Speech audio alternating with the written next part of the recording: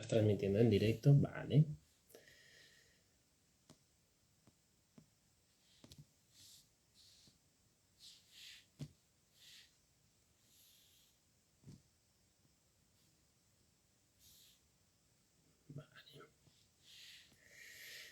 Vale, vale.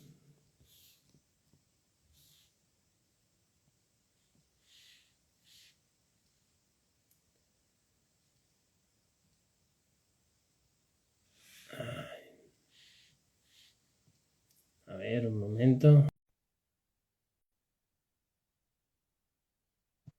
Ahí estamos. No sé si esto está en directo, si no. Vale, ya está. Estamos aquí. Cámara, es perfecto. A Ahí ver, estamos. Bien, bien, bien, bien. Bien, bien. La cosa ya va bien. La cosa ya está bien. ya empieza a venir la clientela, ¿eh? Sí, Ah, sí, mira, un sí. amigo mío. Anda, anda, bueno. Sí, sí. Bueno, Bueno, sed bueno, bueno. bienvenidos todos. Primero de todo, sed bienvenidos todos. Como siempre con un poco de retraso, pero aquí ya estamos ya. Jaume y yo, preparados. Y nada, ir poniéndolos cómodos. Nosotros cuando queramos le damos. Jaume, cuando quieras tú también. Sí, no, pues a ver, esperamos unos minutillos, 2 minutitos de cortesía. A ver, y nada, empezamos. Y ya, el que lo quiera ver bien y el que no, pues que luego lo vea grabado si quiere, como él quiera. Nosotros ponemos todas las opciones que quieran. Si lo quieren ver aquí en directo acompañándonos, están más que invitados. Y si no, ya siempre queda subir el directo. Sí. Empezamos pues, primero de todo, darte las gracias por la pedazo, promoción y cartel que nos has dado. La verdad, se tiene que agradecer, porque hay mucho curro, hay mucho esfuerzo.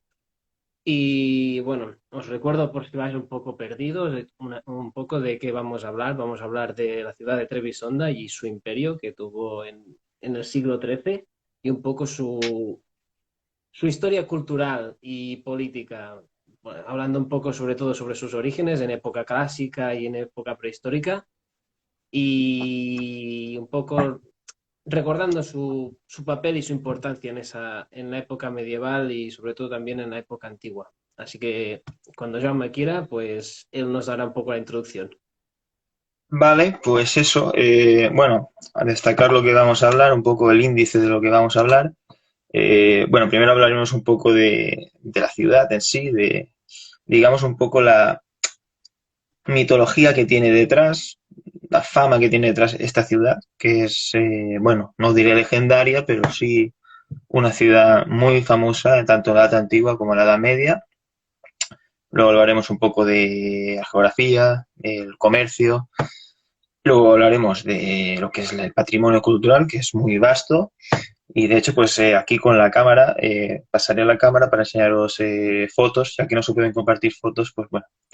Y ya luego nos centraremos en cuestiones de historia, que es una historia, pues yo, para mi entender, es fascinante, la verdad.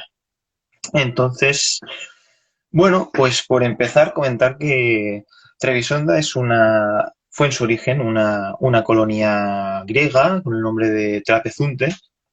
Esta se sitúa en la frontera entre Turquía y Georgia, Abjasia, ese fin del Mar Negro, en un confín del mundo, vamos a decir, lo que sería cerca de la Cólquida, ¿no? El lugar mítico donde habría llegado Jasón y los argonautas en la búsqueda del vellocino de oro.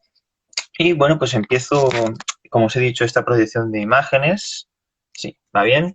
Vale, pues entre otras cosas, aquí tenemos artistas italianos. Fue el tema de Trebisonda, fue el tema de varios artistas.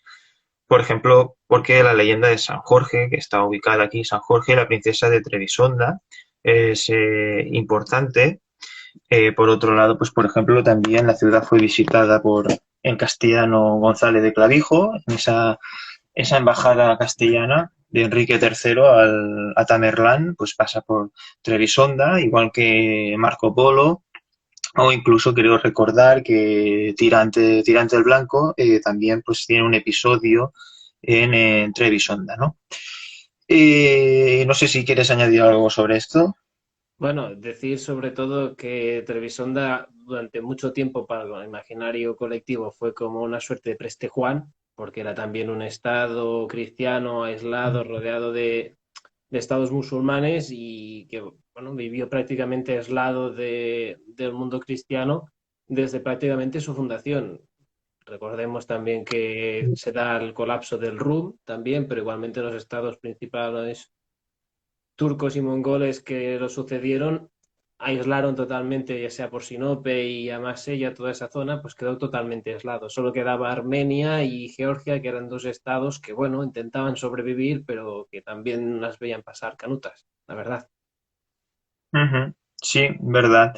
Y bueno, pues retomando lo que íbamos diciendo, pues decir que ese lugar recóndito, ¿no? También es un sitio, bueno, un lugar donde convergen muchas rutas comerciales de unión de Asia y Europa, y eso le dio una gran importancia y una gran fama a esta ciudad. De hecho, el comercio exterior será pues la base de la economía a través de la ruta de la seda y el contacto con potencias, con repúblicas marítimas italianas que van a tener sus barrios incluso en la ciudad de Trebisonda, sobre todo genoveses. También hay que afirmar que, como veremos posteriormente, el imperio también incluía la península de Crimea. Entonces, comercialmente era muy potente, aunque territorialmente era bastante limitado. Aunque sí que es cierto que, bueno, pues el territorio era muy rico en recursos, así como también tiene es una defensa natural porque tiene una cadena montañosa, está ahí enclavado en la costa, y entonces eso también facilitó, como veremos al final de todo, que el Imperio de Trebisonda sobreviviese incluso al bizantino. Es decir, cuando hablamos de que el Imperio Romano en sí cae en el 1453, en el fondo pues no es cierto del todo, puesto que Trebisonda todavía aguantará una década más. Efectivamente. Entonces, bueno, eso lo veremos luego. Entonces, yo por mi parte pues pasaría a hablar ya de enseñar los monasterios, enseñar bastantes imágenes y tal. No sé si quieres añadir algo ahora aquí o luego cuando hablemos Bueno, yo de... más que nada citar que sobre todo una de las cosas que ayudó sobre todo a que Trebisonda aguantara el embate mejor que la Constantinopla es básicamente que, como tú has dicho, tenía un emplazamiento geográfico privilegiado, tanto comercialmente, como has dicho, por la ruta de la seda y por los impuestos sucedáneos al comercio de esclavos, de hierro, bueno, de productos de Oriente, básicamente. Y Ujú, que lo más importante yo creo que es básicamente que era una ciudad bastante autónoma. A lo largo de la historia bizantina y romana, y romana sobre todo, se nota mucho que Trebisonda es una ciudad que le gusta ir a su rollo, para así decirlo, que tiene una autonomía bastante grande. Contadas son ujú, las ocasiones de que un control real férreo se diera. Solo hay dos o tres etapas en época romana bizantina que tuvieran un poder real, Constantinopla, sobre la ciudad, y es estos bajo los comenos, sobre la época de la dinastía Comeno, poniendo familiares sobre todos a gobernar. Y en el caso de la época macedonia y un poco época media, con la casa de Argiros y la Macrembolites, que son dos de las casas más importantes que estuvieron gobernando Trebisonda antes de la llegada de los comenos. ujú. Vale, pues voy a poneros alguna imagen de eso para introducirnos. Como veis, este es el mapa de lo que sería el imperio. Creo que veis incluso mi ratón. Aquí está Trebisonda. Este es el enclave en el Mar Negro. Este sería Sinope, que es esa también ciudad muy importante, ciudad fundada por los griegos, que va a formar parte del imperio un tiempo, parte de la costa también norte de Asia Menor y enclaves en lo que es la península de Crimea. Bueno, por ir abriendo boca, os enseñaré, este es uno de los monasterios famosos de Trebisonda, como veis se cuelga de una montaña, es un sitio precioso en un bosque y bueno, más imágenes de él, para que lo veáis, a mí me parece fascinante, imagino que a vosotros también, pero es realmente increíble, ¿no? Bueno, vamos a ver muchísimas más cosas. Aquí tenéis una imagen de Trebisonda, como veis, detrás de esas cadenas montañosas, de ese bosque frondoso, está este, pues, emporio comercial, digamos, del Mar Negro. Una Eh, cosa que me gusta decir de esta imagen, se ve muy bien que es una ciudad que mira al mar como y que está construido desde la parte de arriba. Si lo Ujú, podéis ver que está bajando literalmente de las montañas. Es una ciudad que se construye básicamente desde la montaña al mar. ujú. Am, Muy bien, sí, sí. Bueno, claro, ahora vamos a hablar un poco. Primero cambio la cámara, a ver. Sí. ahí estás. Bueno, antes de pasar a hablar de la historia política, ¿no? Sí. Tampoco vamos a centrarnos mucho en hablar de los emperadores y tal, pero bueno, antes de hablar un poco de lo que es la aventura, eh, destacar, por ejemplo, que en los estos emperadores de Trebisonda, después de huir de Constantinopla y restaurar en esta zona, pues, el imperio, vamos a decir, ellos intentan aquí crear una nueva Constantinopla en el sentido de que, por ejemplo, pues van a crear su iglesia de Santa Sofía. No es tan espectacular ni tan grande como la Santa Sofía de Estambul, de Constantinopla, pero bueno, pues tiene ese nombre por un porqué. Y incluso va a tener su propio hipódromo en el que, pues, incluso un emperador va a morir en el hipódromo jugando a una especie de cricket que se llama Azucanion, que era un cricket que se jugaba en la nobleza bizantina, pues el emperador Juan I va a morir en un accidente jugando este juego en el hipódromo de Trebisonda. Estos nombres, realmente hay un intento por hacer una capital espléndida, aunque con los medios muy limitados que tenían los emperadores. Voy a enseñar esa Santa Sofía con unas imágenes. Bueno, esta es la Santa Sofía. Sé que os va a parecer poco, os va a saber a poco, pero por dentro es una iglesia bastante bonita, está muy mal conservada. Ahora os voy a enseñar, por ejemplo, aquí tenéis una imagen de cómo se ve la iglesia al fondo, con su campanario, y pues dentro estaba llena de frescos espectaculares, pero que hoy en día pues la mayoría se han perdido y de hecho la mezquita, perdón, la iglesia se ha convertido ahora en una mezquita. Sabéis que el gobierno turco pues no está por la labor de conservar estas cosas, sino más bien al contrario, tristemente. Pero bueno, otra cosa que os quería enseñar, bueno, aquí tenéis una imagen de emperadores de Trebisonda, que son unos frescos reconstruidos de dentro de la iglesia, que se han perdido, pero tenemos esta copia, como veis, pues muy bizantinos, muy un gobernante muy oriental, muy ortodoxo, Muy y recatado, también, podríamos decir. sí, y aquí tenéis pues una de las fortalezas de época bizantina de Trebisonda. La ciudad se va a fortificar enormemente, va a haber un proyecto militar, una inversión militar muy, muy potente y eso va a permitir a la ciudad aguantar muchísimo tiempo ataques no solo de turcos, sino de genoveses, de piratas y de propios rebeldes, ¿no? Poco más de lo que la cultura yo quería añadir, simplemente pues en estos sentidos de los monasterios que eran, bueno, de patronazgo real, el emperador pues solía pagar ampliaciones, solía pagar frescos y ídolos y iconos, perdón, el patrón y protector de la dinastía es San Eugenio, que es un mártir precisamente de Trebisonda y va a ser como el patrón de la ciudad y de la dinastía. Entonces la iglesia va a tener una importancia muy grande en este imperio. Yo por mi parte de lo que es patrimonio y de cultura, hasta aquí quería hablar. Ya pasaríamos a hablar de historia. Así que de nuevo, Rubén, si quieres añadir algo, luego ya seguimos Yo comentando. más que nada añadir solo que de los nombres de los monasterios, por si alguien lo quiere buscar. El monasterio que está como suspendido se llama Sumenoglu y después el otro es el Anedoglu, ¿vale? Es importante esto porque son dos monasterios que la dinastía de los grandes comenos intentó hacer a semejanza del monte sagrado de los griegos, que no sé, época medieval, que es, no sé si todo el mundo lo conoce, o por lo menos habéis visto algunas imágenes, seguro, porque son famosos, que es en el monte Athos.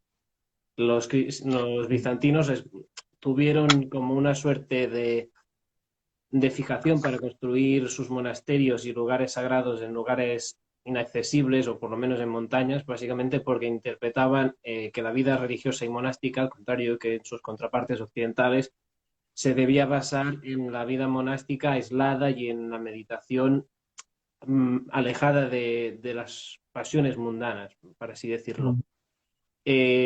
Respecto también a la fortaleza muralla, no hay como tal un castillo como tal en Trebisonda, sino que se está estructurada en tres ciudades que, bueno, en tres niveles que son bastante claros, que fueron construidos por David I Comeno, que en la primera parte es la ciudad alta o fortaleza como tal, que es la más fortificada en este sentido, y después hubo dos ampliaciones sucedáneas en época ya del imperio, que es la ciudad media, que es donde había todo el tema de los bazares, la ciudad propiamente dicha, y una tercera parte que esa ya cronológicamente ya cuesta más de ver porque se confunde un poco con la llegada de Mehmed II, porque en una de las puertas hay su firma, conforme muchos han especulado que fue la puerta con la que entró a Trebisonda, pero en principio eran estas tres partes, más que nada. Y bueno, aparte de esto, debo decir también que Santa Sofía al final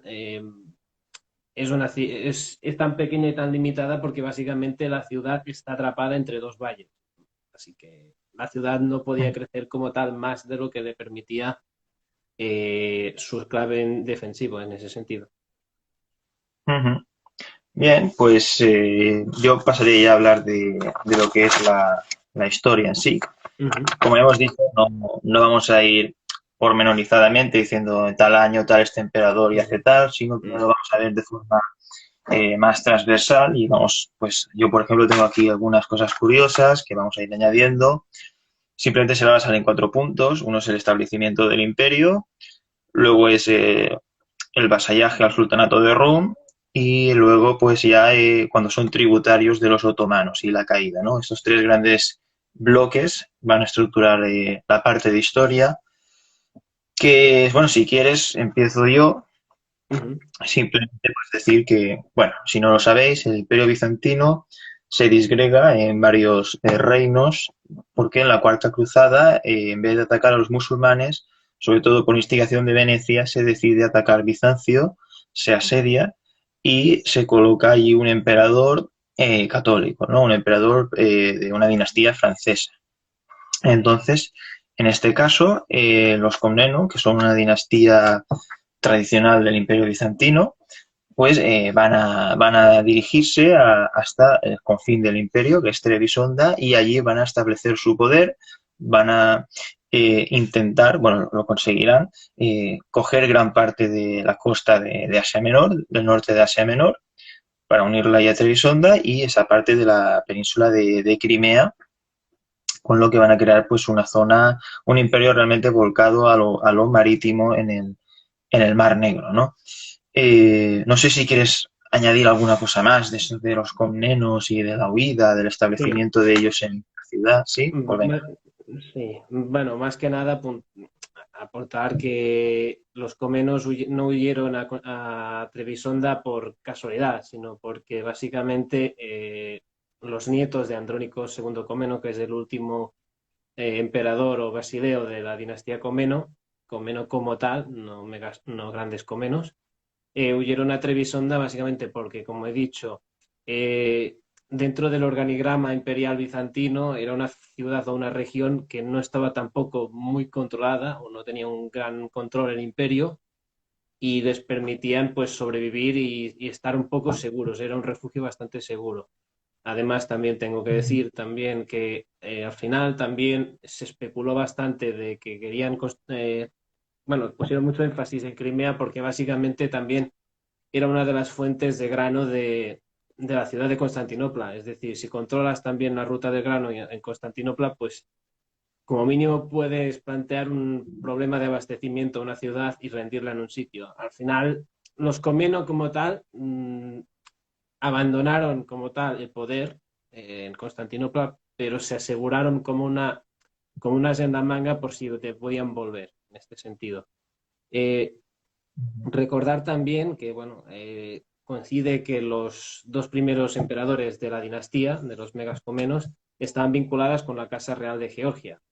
Georgia era un estado medieval que hasta ese momento había sido, bueno, había estado en la esfera de influencia bizantina durante gran parte de su historia y que en los siglos XII y XIII tienen un ascenso de poder debido a que la dinastía Bragationi, o los Bragátidas, como conocemos en castellano, empezaron a recuperar territorios y sobre todo a liderar la defensa de Anatolia Oriental sobre los turcos mongoles, los turcos y los mongoles. Eh, a partir de ahí, pues tenemos también la reina Tamar, pero yo quiero, antes de citar a la reina Tamar, que ya hablaremos de ella porque es muy importante, citar la reina Rasate, que fue la madre o la abuela de, no nos queda muy claro si era abuela o madre, de Alejo y David, que eran los dos primeros emperadores bizantinos y que les brindaron cierta protección y cierta legitimidad para apoderarse de territorio bizantino. A partir Mm. de aquí ya podemos continuar. Y de hecho, Trebisonda siempre estará aliada y unida a Georgia, sobre todo mediante enlaces matrimoniales. Es muy frecuente que las emperatrices pues sean georgianas.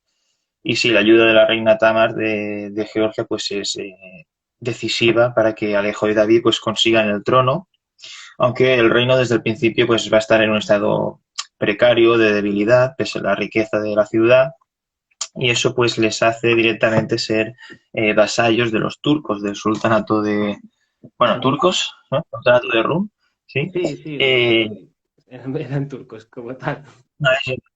vale, sí, porque no están los otomanos, a ver si... Bien, pues Trebisonda al principio es que pierde territorio, sobre todo la parte occidental, esas partes de más del Mar Negro, más cerca, digamos, de lo que sería Nicea y todo esto. Bueno, Mm. una parte se la conquista el imperio de Nicea y otra parte, pues los turcos pierden Sinope muy pronto y se va a instaurar un emirato en Sinope. Así que, de hecho, pues eso llevará incluso a renunciar al título de emperadores de Bizancio. Llegará a un punto que los emperadores de Trebisonda pues renuncien a ese título, a ser los legítimos emperadores para ser los emperadores de Lácica. Lácica es esta región de lo que sería hoy Abjasia, Georgia, esta parte oriental del Mar Negro. De hecho, ellos en su titulatura serán los emperadores del este, de Iberia y de Peratella. Cambiarán ese título. Bueno, pues hay muchas cosas de las que podemos hablar. Realmente, pues el imperio pronto pues, se va a volcar a su función comercial y eso pues atrae a las repúblicas marítimas italianas que, como veis, pues también ayudaron mucho a los cruzados a repartirse el botín sobre todo de archipiélagos de las islas griegas.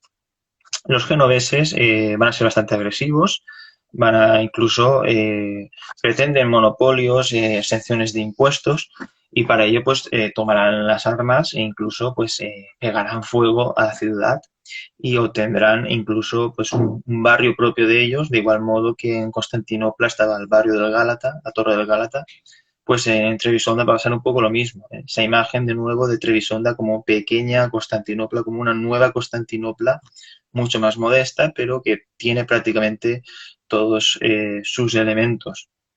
De hecho, la piratería será muy activa en el Mar Negro, no solo por parte de turcos y bizantinos, incluso por estas repúblicas italianas, como he dicho, y de hecho hay momentos, tenemos registrado un ataque pirata no perteneciente a ninguna facción, piratas simplemente, que van a atacar la ciudad y la van a incendiar en gran parte. Y eso pues va a motivar también la construcción de esas fortificaciones que hemos visto anteriormente. Realmente los emperadores, pues gran parte de sus esfuerzos económicos los van a poner en el ejército, en lo militar, por mencionar algunas cosas, igualmente que los emperadores que tenían la guardia varega, los emperadores bizantinos, ellos van a tener una guardia de francos, de cruzados, porque los cruzados, no os recuerdo que no, no van solo por la religión, también van por el dinero. De hecho, muchos emperadores bizantinos, emperadores de Nicea, todo eso, van a tener ejércitos de cruzados directamente, que son mercenarios que ellos contratan, georgianos también van a estar en el ejército e incluso pues italianos, ¿eh? Entonces, bueno, no sé si quieres añadir algo de esta primera parte, porque luego podemos hablar ya del ascenso otomano y tal, no sé si quieres añadir alguna cosa. Yo ya Mientras yo proyecto esto, que es para que lo veáis. es una foto, una imagen de cómo sería un poco pues Trebisonda, los emperadores y tal. Mientras tú Sí, hablas, te la quiere ver. yo básicamente os tengo que decir que este es un emperador, no recuerdo porque me la conozco la imagen, me parece que es Alejo II, es un, o David, Alejo tercero, Alejo, Alejo tercero por aquí. Alejo III, ¿ves? Ya sabía yo que había un Alejo por ahí, básicamente, pues se dedican básicamente, bueno, se ve sobre todo aquí la Armada y todo eso, y los turcos, los Armanoi, se ve que es una ciudad que es rica porque solo hace falta ver la vestimenta de tintes llamativos, sobre todo, y mucho dorado. Lo importante, sobre todo, cuando tú has dicho eso que pierden los territorios occidentales, hay que recordar también que después de las Cuarta Cruzada se monta un juego de tronos tremendo para un poco gobernar el imperio y que, como tú has dicho, Trebisonda no se queda alejado de ello, intenta aprovecharse de esa debilidad del poder central para expandirse, un fenómeno que, quiero recordar, no se da directamente porque ha caído Constantinopla, sino que ya se ve que los grandes comenos ya querían expandirse antes del colapso en 1204 y que no tienen ningún problema en aliarse con turcos, con mongoles, en última instancia, pero principalmente en turcos y con los latinos, sobre todo para acabar con Nicea, que Nicea era el estado más potente y más cercano a poder reclamar Constantinopla por su cercanía geográfica y por básicamente porque tenían los medios militares. Eh, Recuerdo que hay una batalla en Peflagonia en 1205 en que básicamente los cruzados del Imperio Latino de Balduino I de Flandes y los ejércitos de Trebisonda son derrotados por Nicea de manera bastante dolorosa. Vamos a decir que Nicea se salva por los pelos, pero fue una derrota muy grave y que a partir de aquí ya fue el último intento como tal de Trebisonda de expandirse como tal. A partir de ese momento, pues el imperio decidió mantener una actitud más pasiva hasta el punto de, como hemos dicho, en 1300, en 1250 o así ya entra como tributario de los turcos, turcos de Rum y más tarde de los ogures, que serán otros rivales. Y a partir de ahí ya vemos todo cómo funciona. Trebisonda, tengo que decirlo, tenemos que recalcarlo, no es un estado que fuera militarmente muy potente, no tenían ni los medios militares ni la capacidad ofensiva y que básicamente sobrevivió básicamente porque estaba aislado, no interesaba más que por el comercio, pero igualmente mmm, ya los otomanos tenían otras formas o los turcos tenían otras formas de conseguir la ruta de la seda, y por esa razón pues quedaron como un poco a la expectativa. En este sentido, volvemos a recordar, cuando tienes a Constantinopla al frente, no miras a Trebisonda, supongo, ¿no? Claro, claro, y enlazando con lo que dices, bueno, el periodo de esplendor de Trebisonda, pues no se debe a su superioridad militar, sino que se debe a la buena suerte. Eran, como hemos dicho, pues unos vasallos precarios de los turcos de Rum, pero llega un momento que los mongoles que toman Bagdad y pues también desestabilizan también los estados cruzados, eso hace que los turcos reculen y entonces también como el comercio en lo que es Tierra Santa y tal se contrae, se van a desviar las rutas por Trebisonda y eso va a hacer el despegue económico de Trebisonda y también pues una relativa paz, una relativa estabilidad que va a durar unas cuantas décadas. Eh, Aunque, bueno, pues la ciudad pues luego volverá a decaer no solo porque se convierte en tributaria del poder otomano, sino también porque existen muchas guerras civiles entre los pretendientes. No, como hemos dicho, pues no tendría sentido ahora ponernos a hablar de todos y cada uno. Pues deciros que son muy bizantinas, de estas de típico de durar 6 meses un emperador, cegarlo, se mete en un monasterio, luego viene el sobrino, el otro. Bueno, eso ya para el que le guste ya mucho, porque aquí no nos vamos a detener en eso. Pero también suceden muchas cosas y es que también surge la peste negra, os recuerdo, peste negra surgió en Caza, en Crimea, en una colonia genovesa, al lado de las posesiones de Trebisonda y, por supuesto, pues la ciudad será de las primeras en recibir la epidemia. Eso causa una grave crisis y además pues los ataques de los turcos que van a ir saqueando el entorno de Trebisonda, ese territorio que tiene colindante, que de hecho pues va a causar un verdadero proceso de despoblación. ¿Por qué? Porque las hordas turcas, al atacar a los campesinos, al destruir las cosechas, pues también cambian la forma económica, ¿no? Tenemos que tener en cuenta pues que aquí habían aldeas que tenían su producción, digamos, estaba cada uno especializado en una cosa, había una economía más sedentaria, pero al principio estos turcos son más nómadas y claro, al destruir esas infraestructuras, pues también provoca también una ola de refugiados en la ciudad, lo cual también pues tiene sus problemas Dependería de las económicos. epidemias, sí. Aparte. Sí, sí. E incluso pues también tenemos que hablar de que en el imperio pues la nobleza pues no fue del todo, no fue siempre fiel al emperador.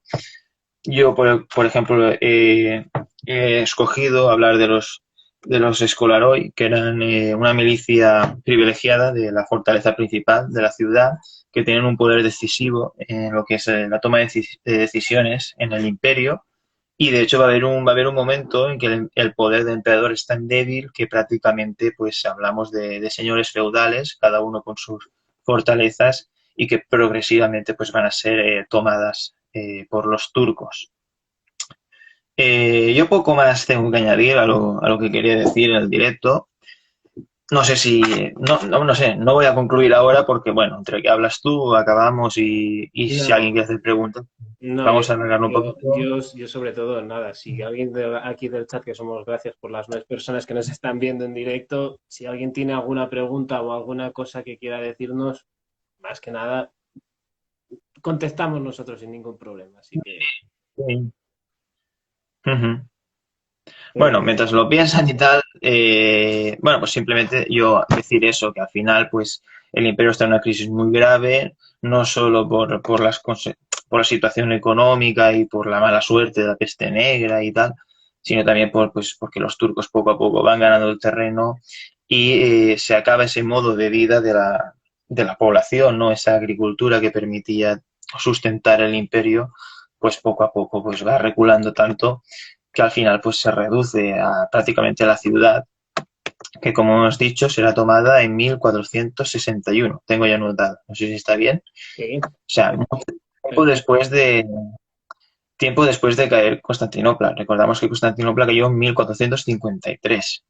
Y de hecho todavía sobrevivió unos cuantos años lo que se conoce como Principado de Teodoro, que es un pequeño territorio en Crimea de unas ciudades que eran de Trebisonda, que todavía pues se mantuvieron independientes. O sea que podríamos incluso decir que el Imperio Romano pues cae ya muy rebuscado en ese principado de Teodoro. Así que bueno, eso sería un poco la conclusión. Como veis, una cosa breve, una cosa sencilla. Aquí Espérate, nos que pregunta nos han hecho una pregunta. A ver, sí, ahora me da eso iba, eso. Sí, ha habido una pregunta al greco-bactiano. Mira, un socio tuyo, el Sí, greco-bactiano Colombia. nos pregunta si el modelo militar era parecido al del Imperio Romano. Hay que decirlo, primero de todo, que sí y no. Es decir, el modelo de ejército romano estándar medieval se pierde en Manziquer en el año 1071. A partir de ese momento hay una remodelación del sistema militar con los pronoia, que es una especie de feudalismo romano oriental que no acaba de ser feudalismo como tal, pero que sí, por lo tanto sí, a ver, era parecido, pero no. ¿Por qué? Porque al final, como hemos dicho, la riqueza del imperio básicamente permitía contratar a un ejército de mercenarios y vemos cada vez más que el ejército romano deja de ser un ejército nacional a convertirse en un ejército de mercenarios que básicamente son contratados para básicamente defender el imperio. Aquí tendrías en el imperio romano de Oriente tienes a la compañía catalana, sin ir más lejos, y en el caso de los de Trebisonda se habla mucho de las compañías de armenios, de georgianos, turcopolos, sin ir más lejos también, y mercenarios italianos francos. Por lo tanto, no tenían un sistema militar como tal. final el ejército era tan débil y tenían tan poca población que sobre todo vivían a base de mercenarios. Sí, sí, por ejemplo, el caso que he comentado de los cruzados, que es una constante no solo en Trebisonda, también en Nicea, los cruzados preferían luchar con el emperador bizantino porque pagaba incluso más dinero que el Imperio Latino, que era una absoluta ruina desde el principio.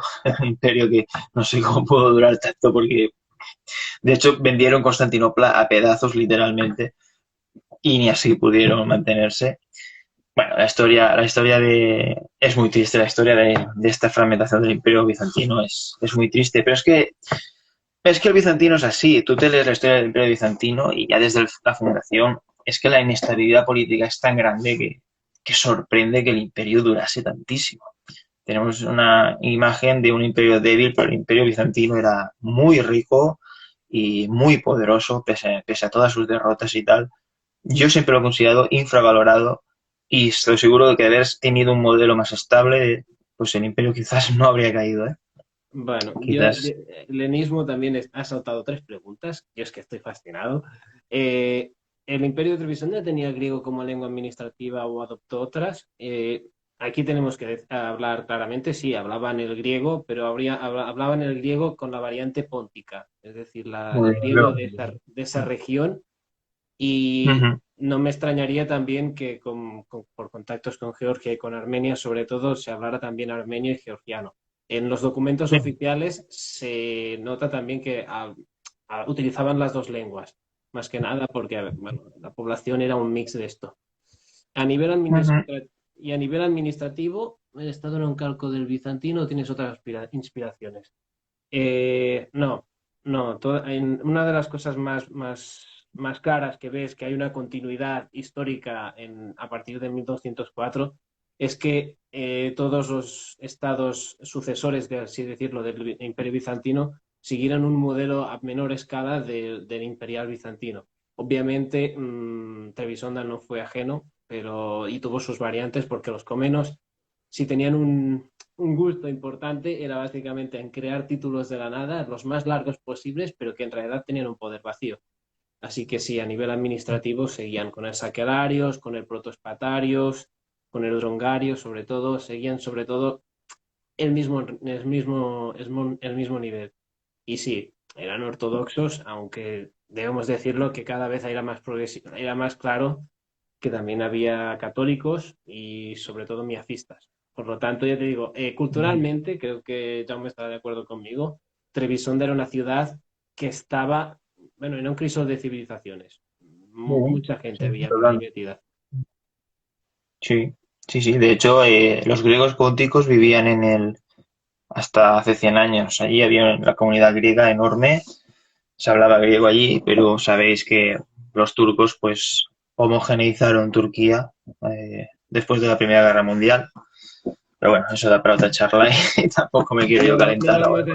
No vamos a entrar en estos temas, Bueno, pero- solo Sí, recordar. bueno. Yo solo Mm. quiero recordar también que eso me llegó también porque vi una publicación, un comentario de un descendiente de griegos pónticos hablando de que sus abuelos básicamente fueron expulsados de allí y que Mm. básicamente querían volver a ser enterrados allí, pero que no pudieron, por desgracia. Es la parte triste de la historia un poco, más que nada todo el mundo que haya leído un poco de la historia de Anatolia y de la Turquía moderna sabe que básicamente el Estado turco en su fundación tuvo que hacer una serie de acciones políticas bastante cuestionables, pero que al fin y al cabo no se pueden cambiar. Esperemos que en un mundo tan complejo y quizás más peligroso, aunque no me gusta ofrecerlo, se dé una oportunidad a la paz, sobre todo entre turcos y griegos, y que los muertes de ambos bandos puedan volver a sus casas, que es lo que creo que todo el mundo quiere, acabar y morir donde estuviste. Nada más, Jaume, yo creo que hemos dicho todo lo que teníamos que decir. Sí, Muchas, sí, no sé. muchas gracias a todos y sobre todo muchas gracias a ti por estar aquí, por presentarme la idea un poco loca. Y Sí, bueno, bueno, yo contento porque he salido un poquito del helenismo, ¿no? ¿Sabes? Entonces, siempre, bueno, alguna vez he hecho algo de romanos, algún directo, pero a salir de la edad antigua nunca había salido. Bueno, sí que controlo de otros temas. Y bueno, pues yo encantado. Y el Imperio Bizantino siempre me ha gustado mucho, me ha fascinado muchísimo. Nos dice el greco-batiano que hasta cuándo duró el Principado de Teodoro. Creo que 1478. mira, fíjate, ¿eh? Muchos años más después de que cayera Constantinopla. Y de hecho ese Principado de Teodoro, esa nobleza de allí, luego se integró en Rusia. Ujú. De hecho, los Teodoros eran una casa noble de Rusia durante toda la historia de Rusia. Fueron muy importantes. Sí, Ujú. de hecho, Reforzando esa idea de Rusia heredera de Bizancio, sí, sí. efectivamente, bueno, linkeando un poco esto, porque también es interesante, todas las dinastías pragátidas, los megascomenos no están como tal, pero por ejemplo los paleólogos, en este sentido, Ujú. una de las nietas de Romano, bueno, de Romano, el último Constantino, se casó con Sí. un emperador de la dinastía y precisamente pues eso, se enviaron Con las Iván el dotes, Grande, ¿eh? sí, sí. Con Paleolín. Iván el Grande. Irene Paleóloga. Estaba casada con Iván el Grande de Rusia. Sí, sí. Efectivamente, y aparte también no hace falta decir que los Romanov, la dinastía Romanov, la última dinastía imperial rusa, tenía ese apellido básicamente porque se consideraban que eran descendientes de nobles romanos que habían huido de Constantinopla. Por lo tanto, Sí, sí, de hecho en ruso, Constantinopla, o sea, Estambul, se conoce como Zargrado, ¿sabes? La ciudad del zar. Y hay unas fotos muy curiosas de final de la Guerra Civil Rusa, que el ejército blanco se evacua y se instala en Constantinopla y hay miles y miles de refugiados rusos y son imágenes que os invito a buscar porque son muy, muy curiosas. Es el ejército ruso descansando ahí en los establos abandonados de los emperadores bizantinos. Y, bueno, es ese sueño irrealizado de Rusia que termina ahí con la guerra civil rusa, vaya, ¿no? Que termina pues todo el poder, bueno, la vieja Rusia, ¿no? Vamos a decir. Pues no sé, ¿alguna pregunta más? ¿Algo más? No sé. bueno, yo os veo que estáis muy preguntones y yo digo, hombre, queríamos dejarlo en media, pero si estáis también No, emocionados, no, venga. aquí está. Bueno, los comentarios lo que queráis, claro. Sí. Esto tú lo guardas aquí en tu canal, se queda guardado para Lo, la posteridad. lo recuerdo también que se subirá en directo, no sé cuándo me va a tardar porque puede durar, pero nada, es esto que os digo. Si os ha gustado alguna cosa, ya decir, danos más.